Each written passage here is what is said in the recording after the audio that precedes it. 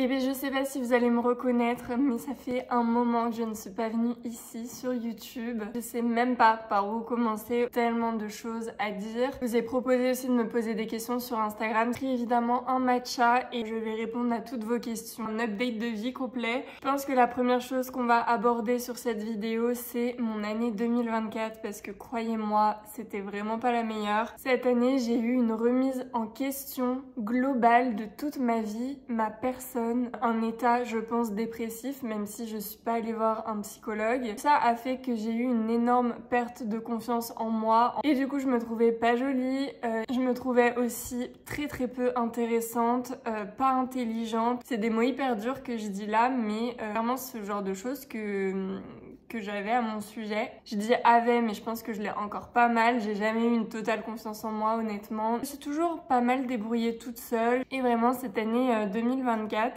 je ne l'ai pas du tout bien vécue. J'ai quand même fini par aller voir un énergéticien, je pense que c'était en septembre ou en octobre, donc c'était il y a pas si longtemps. On y croit, on n'y croit pas, moi j'avais besoin de tester, ça a été recommandé par une connaissance à moi. Donc là je me suis dit perdu pour perdu.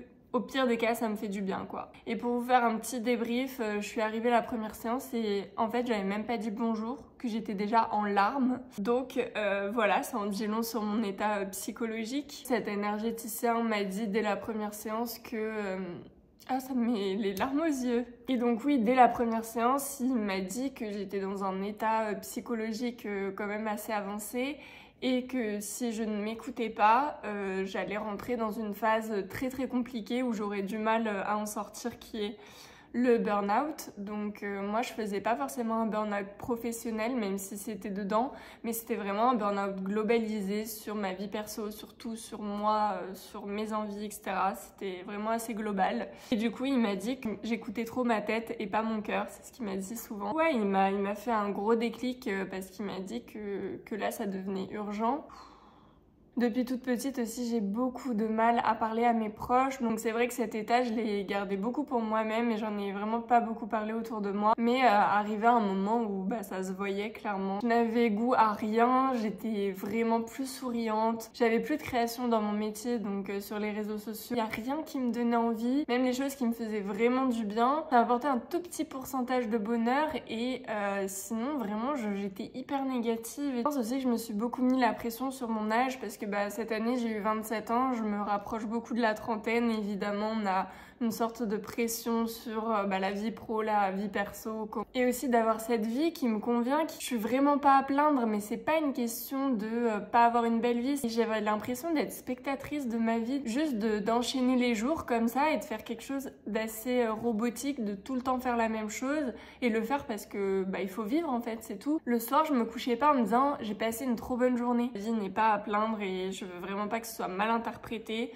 juste moi ça ne me convenait plus et je me sentais plus du tout alignée avec ma vie. Et là en plus de plus avoir confiance en moi, de plus ressentir de bonheur dans rien et de perdre ma créativité, ce qui est vraiment très alarmant parce que j'ai toujours été très créative. Dans mon métier, j'étais maquilleuse, ensuite dans les vidéos YouTube, dans la création de vidéos. Je trouvais que toutes les vidéos que je faisais, c'était pas assez bien, du coup je publiais pas, c'était un cercle vicieux, donc j'étais beaucoup moins présente, enfin bref. J'ai énormément parlé de ce point-là et je pense que c'était vraiment nécessaire parce que c'est ce qui va donner le ton en fait sur toutes les autres choses que je vais vous raconter après. Je pense que ce que je peux ajouter à ce point, c'est toute la situation qu'il y a eu envers ma marque de maillot de bain. Je sais pas si vous avez suivi mais j'ai sorti une marque de maillot de bain il y a 2 ans et donc cette année c'est la 2e collection. C'est pas forcément passé comme je l'imaginais, du moins j'ai pas fait les choses pour que ça se fasse comme je l'imaginais. J'ai vraiment passé énormément de temps sur cette marque toute l'année parce que même si les maillots de bain sortent en été, il faut évidemment les préparer les mois d'avant et vu que moi je voulais faire mes formes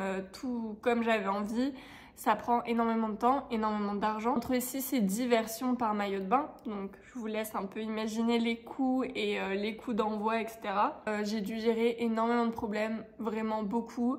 J'ai encore une usine qui me doit de l'argent, mais je pense que je ne récupérerai jamais cet argent. J'ai pas envie de prendre un avocat parce que ça va me coûter plus cher que ce que je vais récupérer, donc j'ai dit adieu à cette partie, mais c'est plus l'aspect échec en fait, où j'avais l'impression que j'allais pouvoir plus vendre que ce que j'ai fait là. J'ai beaucoup réfléchi à tout ça et maintenant j'en tire beaucoup de positif positif alors qu'avant c'était assez négatif où je le prenais vraiment comme un échec et vu que j'en ai jamais trop eu dans ma vie professionnelle jusque-là, bah j'étais vraiment pas bien avec ça. J'ai tellement évolué là-dessus en me disant que bah j'avais clairement pas toutes les cartes, que faire ça toute seule c'était très compliqué et que l'aspect marketing je l'ai pas du tout, que je ne sais pas vendre et que c'est la majeure partie quand même d'un business, c'est de savoir vendre. J'ai pas fait d'études pour ça et donc évidemment t'as beau faire les plus beaux maillots de bain du monde et faire de la communication, si tu sais pas vendre, c'est très compliqué. J'ai fait ce qu'il fallait pour l'année 2025. Je vais me former à du e-commerce avec une formation que j'ai trouvée et qui me paraît très très bien. Donc voilà, je vais encore investir de l'argent et du temps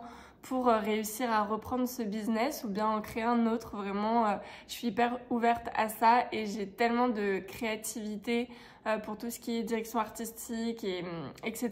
que j'ai trop besoin de me retrouver dans un projet comme ça. J'en reparlerai plus tard, mais pour le moment, je vous ai fait un update. Du coup, suite à cet état dépressif que je pense je me le coltinais depuis au moins 6 à 8 mois, j'ai dû prendre une décision et cette décision, c'est de partir un mois à Bali pour me vider la tête, pour me refocus sur moi-même, pour me poser les bonnes questions, pour vraiment savoir ce que j'avais envie de faire en 2025 et de prendre cette nouvelle année comme un tremplin sur qu'est-ce qui va me faire du bien, qu'est-ce que j'ai profondément envie de faire, etc. Donc du coup, je suis partie le 12 novembre, je connais Bali, j'y suis déjà allée 2 fois et donc là, ça me fait pas trop peur d'y aller toute seule, quoi. En plus, j'avais aucune copine qui pouvait venir avec moi et finalement, je suis hyper contente d'être partie seule alors que je m'en sentais incapable.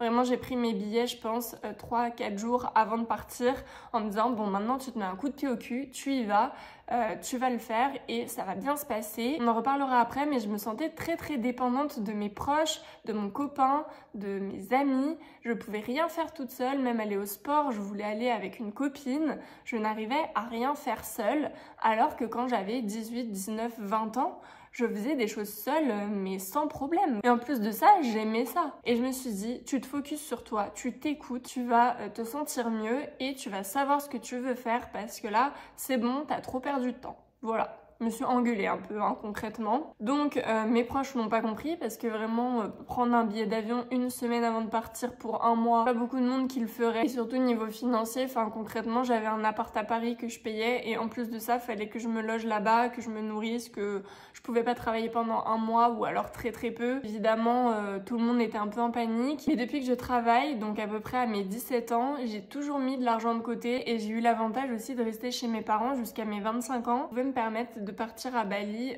sans pour autant trop angoisser sur comment j'allais payer ci ou ça. Je me suis retrouvée toute seule à dormir tous les soirs seule pendant un mois, à vraiment être dans un pays où je connais pas grand monde. Gros choc, vraiment. En plus, l'énergéticien m'avait dit c'est pas une bonne idée de vous faire un aussi gros choc, mais voilà, je l'ai pas écouté sur ce coup-là. Et j'ai dû apprécier ma propre compagnie, ce qui était très très très compliqué au début, mais j'ai eu un vrai déclic où je me suis dit mais t'as 27 ans, ça fait des années et des années que t'as envie de partir à l'étranger, peut-être y vivre un certain moment, etc. Et en fait là tu ne le fais pas. Pourquoi? La stabilité financière, pour parce que t'es en couple, parce que c'est là-bas que votre vie elle est, etc. Donc voilà, je me trouvais beaucoup d'excuses pour pas m'écouter. J'avais une aura, vraiment tous mes proches me l'ont dit quand je suis rentrée de Bali, j'attirais beaucoup plus de choses positives à moi. J'avais récupéré ma créativité aussi à Bali, j'étais beaucoup plus ambitieuse. À Paris, je me levais à 10h du mat, j'avais rien envie de faire, j'étais cloîtrée au lit, il faisait pas beau, j'avais pas envie et je ressentais vraiment aucune satisfaction dans ce que je faisais.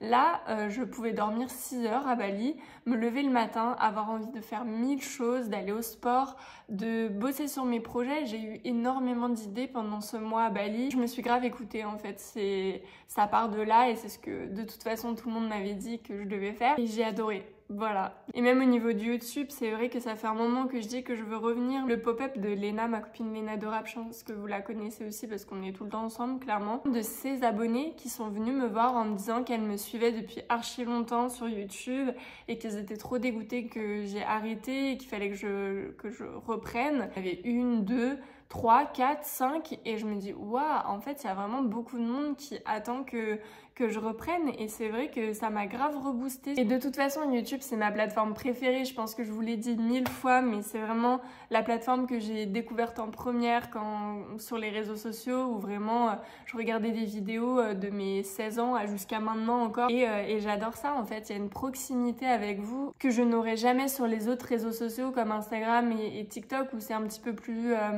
esthétique, joli, etc. Et j'adore ce contenu-là aussi, mais c'est vrai que le contenu où je parle, je peux l'avoir vraiment que sur YouTube et discuter vraiment de choses un peu plus deep. Genre là, ça fait 30 minutes que je parle, vous voyez, je vais m'étriper au montage. Donc c'est sûr et certain que YouTube, ça me manque et j'ai toujours autant envie de reprendre. Je vais y arriver. Vous allez avoir des vidéos YouTube, des vlogs, tout ça, des facecam comme on fait là où on parle et tout.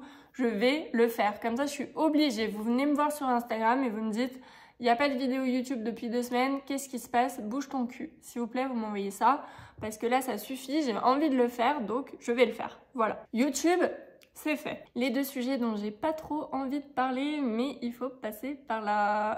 Évidemment, après mon retour à Bali, je n'avais qu'une seule chose, c'était d'y retourner pour une plus longue période, voire une durée indéterminée, parce que si je me sentais bien là-bas, j'allais y rester. Donc, je rentre avec ça à Paris, et évidemment, je suis en couple, moi, depuis 3 ans, avec quelqu'un d'exceptionnel, donc... très très compliqué. J'ai pris un chat aussi depuis 2 ans que j'adore. Pas que j'en parle parce que vraiment là c'est obligé, je vais pleurer, donc ça va être très compliqué.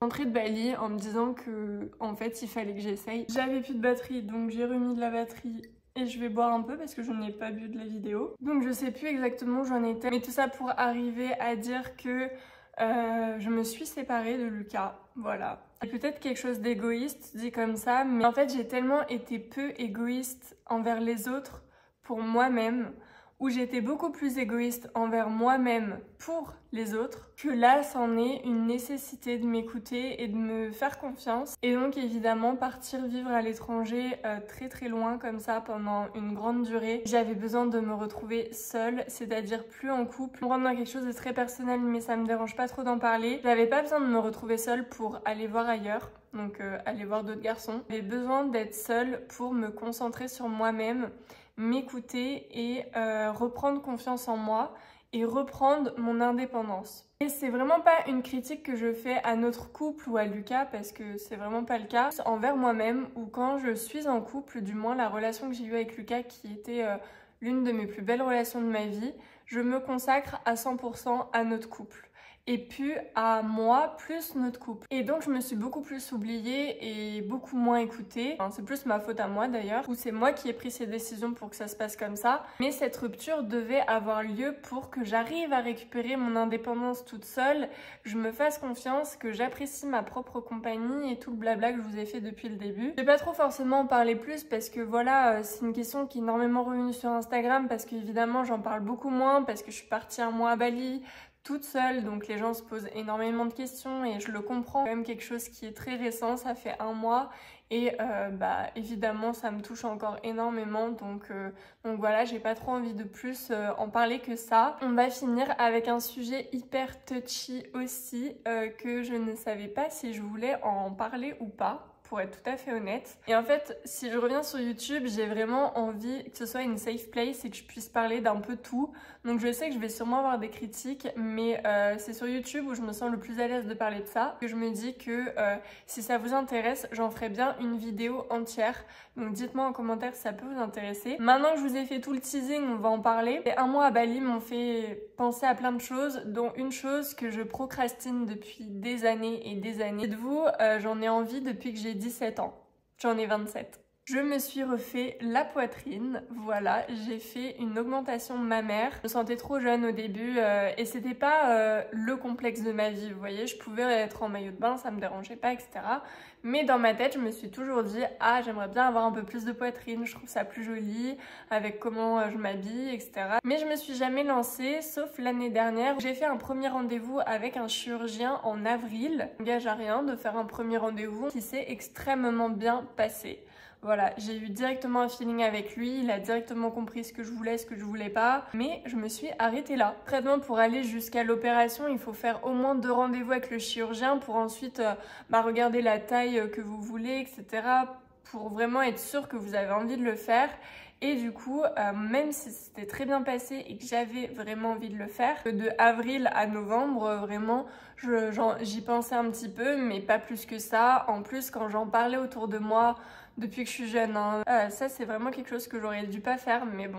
Je voulais quand même l'avis des gens. Il y avait beaucoup plus de personnes qui me disaient tu vas regretter, reste naturelle, c'est pas joli, machin, truc. Et en plus, oh mais t'es très belle comme tu es, t'as pas besoin de ça, etc. Du coup, forcément, je me suis dit oui, ils ont raison, je vais peut-être regretter en plus, c'est pas le complexe de ma vie, j'ai pas envie de le faire, je le fais pas. À mon mois à Bali où je me suis remise en question 1000 fois, et en fait je me suis rendu compte que j'en avais vraiment envie, et ça depuis 10 ans en fait. Je me rassurais en me disant que voilà, ça allait passer, et au bout de 10 ans quand même...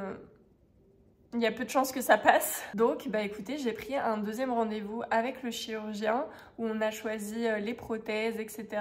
Pareil, ça s'est hyper bien passé, il m'a grave rassurée. Du coup, j'ai calé une date de rendez-vous d'opération qui était le 27 décembre. Donc juste après Noël, c'était parfait parce que j'avais pas de taf. Je pouvais rester chez moi tranquille, que j'étais décidée, j'avais envie de le faire et j'avais peur que si je prenais une date trop éloignée, je me pose trop de questions et que je me défile. Donc j'ai fait quelque chose de très naturel, hein. Vraiment je n'ai pas mis un bonnet dé et j'en suis hyper contente. Franchement, j'ai jamais été aussi contente de quelque chose que j'ai fait pour moi. Au début, j'avais un peu honte d'avoir envie de faire ça.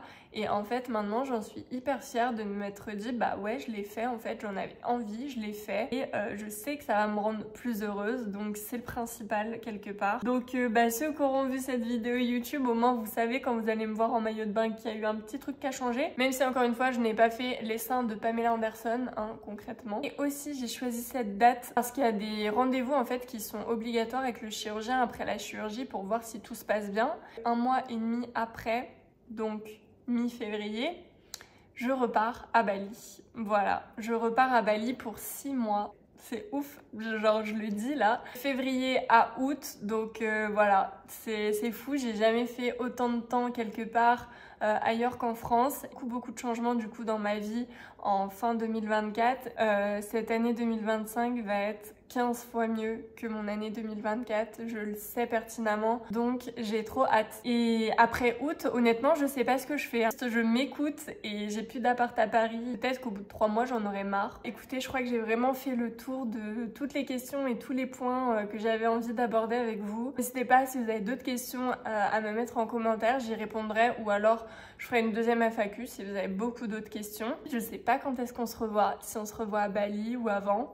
Mais écoutez, j'ai trop hâte que YouTube sera dans ma vie en 2025 parce que depuis le temps que j'en ai envie, là j'ai envie de me dire bah je publie et on verra bien. S'il y a des gens qui aiment, bah tant mieux. S'il y en a d'autres qui aiment pas, bah tant pis.